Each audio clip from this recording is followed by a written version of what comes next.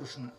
आता सगळ्या गवळणी एकदाच सांगायचं ना, तर आता दृष्टी पुढे ऐसा चितीवर आहे म्हणून काय करायचं महाराज, येणं हिचं हळूहळू गाणं सांगायचं. म्हणजे जेवढा जास्त वेळ देव पाहिल्या जाईल म्हणून त्या गवळणी काय की गाराने सांगायचं, विठाला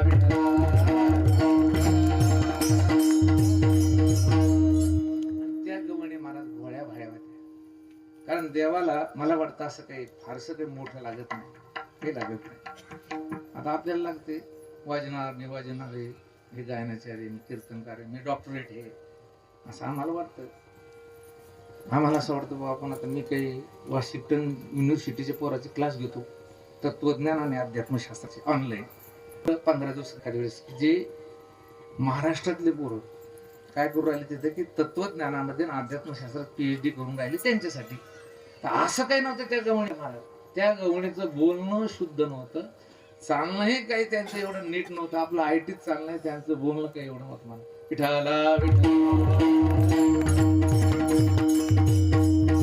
आली बाबा एक गवळणी यशोदेकडे. ती गवळण काय असे फार काही व्याकरण शिकलेली होती असं काय नाही. तिला तर बऱ्याच शब्दाचा उच्चार येत नव्हता महाराज.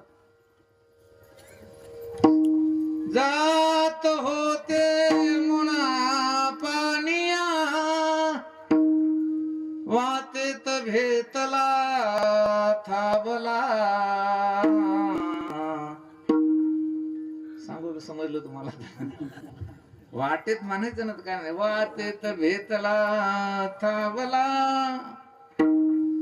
दोईवल तोपी मयुल पुथ्याची खांद्यावली कांबला. यशोदे ग यशोदे ग यशोदे ग साजनी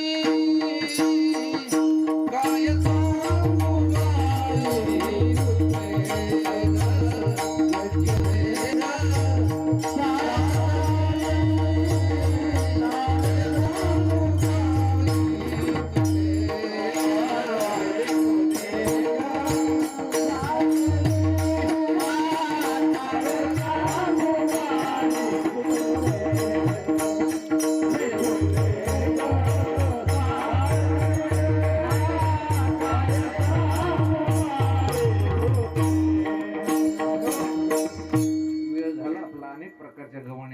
गाराने सांगितले. देवा एक काम कर म्हणे, आता उद्या जाई राणा सवी घेऊन गोधना. दुसऱ्या दिवशी कृष्ण भगवान निघाले महाराज. गो